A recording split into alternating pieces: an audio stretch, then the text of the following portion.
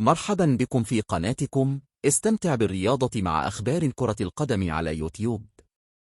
اليوم سأخذكم في رحلة مذهلة لاستكشاف أهم الأرقام والإحصائيات في البطولة الأولمبية لكرة القدم للرجال أثناء انطلاق أولمبياد باريس 2024.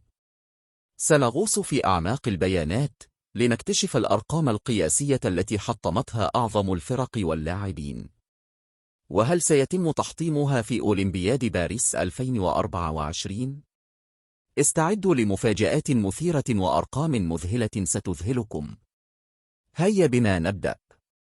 ولكن وقبل كل شيء، أعلنت اللجنة المنظمة لأولمبياد باريس 2024 بشكل رسمي يوم الخميس الموافق 25 يوليو تحطيم الرقم القياسي لعدد التذاكر المبيعة على مدار تاريخ دورات الألعاب الأولمبية الصيفية ببيع أو تخصيص 9,700,000 تذكرة لدورتي الألعاب الأولمبية والبارالمبية، بواقع 8,700,000 للأولمبياد و1,000,000 للدورة البارالمبية.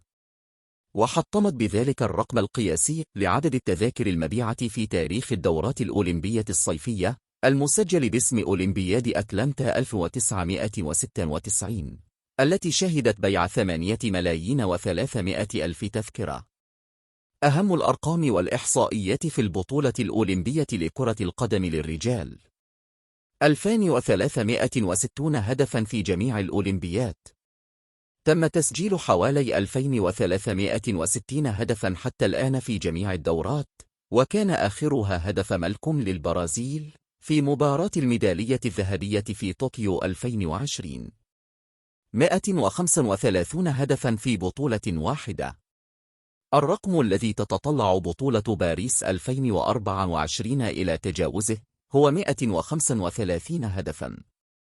تم الوصول إليه لأول مرة في هلسنكي 1952، ومن ثم تم الوصول إلى هذا الرقم مرة أخرى في المانيا الغربية 1972.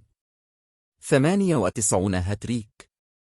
تم تسجيل حوالي 98 ثلاثية في الألعاب الأولمبية، وكان الأرجنتيني دومينغو تاراسكوني اللاعب الوحيد الذي سجل 3 ثلاثيات، جميعها جاءت في أمستردام 1928.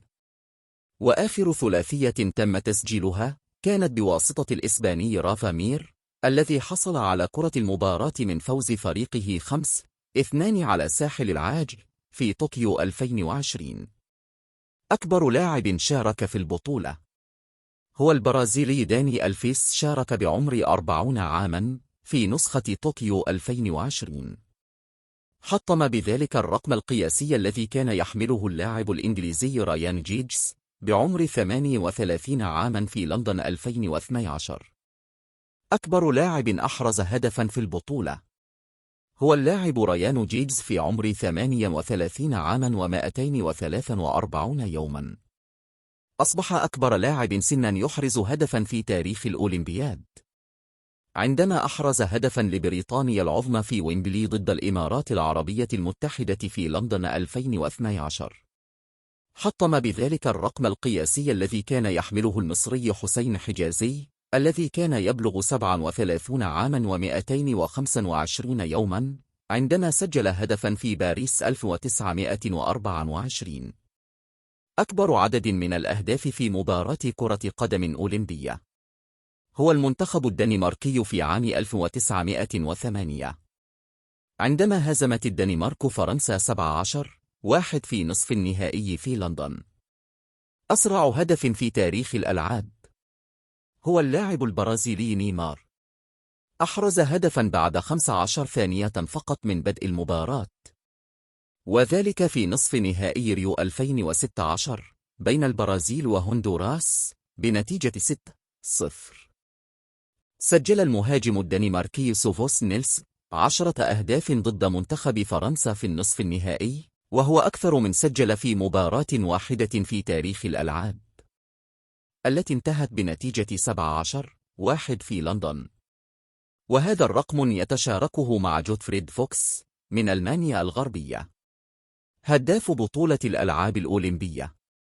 سجل المهاجم الهنغاري فيورين كبيني 12 هدفاً، وهو أعلى رقم على الإطلاق في نهائيات فردية في طوكيو 1964. أكثر فريق حصد ميداليات في تاريخ الألعاب.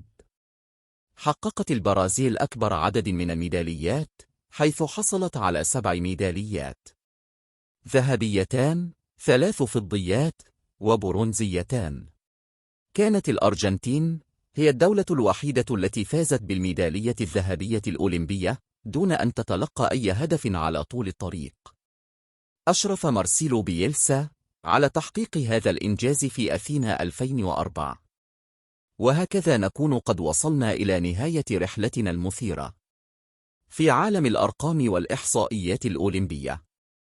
آمل أن تكونوا قد استمتعتم واستفدتم من هذه الجولة المليئة بالمفاجآت والإنجازات الرائعة. إذا أعجبكم الفيديو، لا تنسوا الضغط على زر الإعجاب والاشتراك في القناة لمتابعة المزيد من المحتوى المميز عن عالم كرة القدم. شكرا لكم على المشاهدة.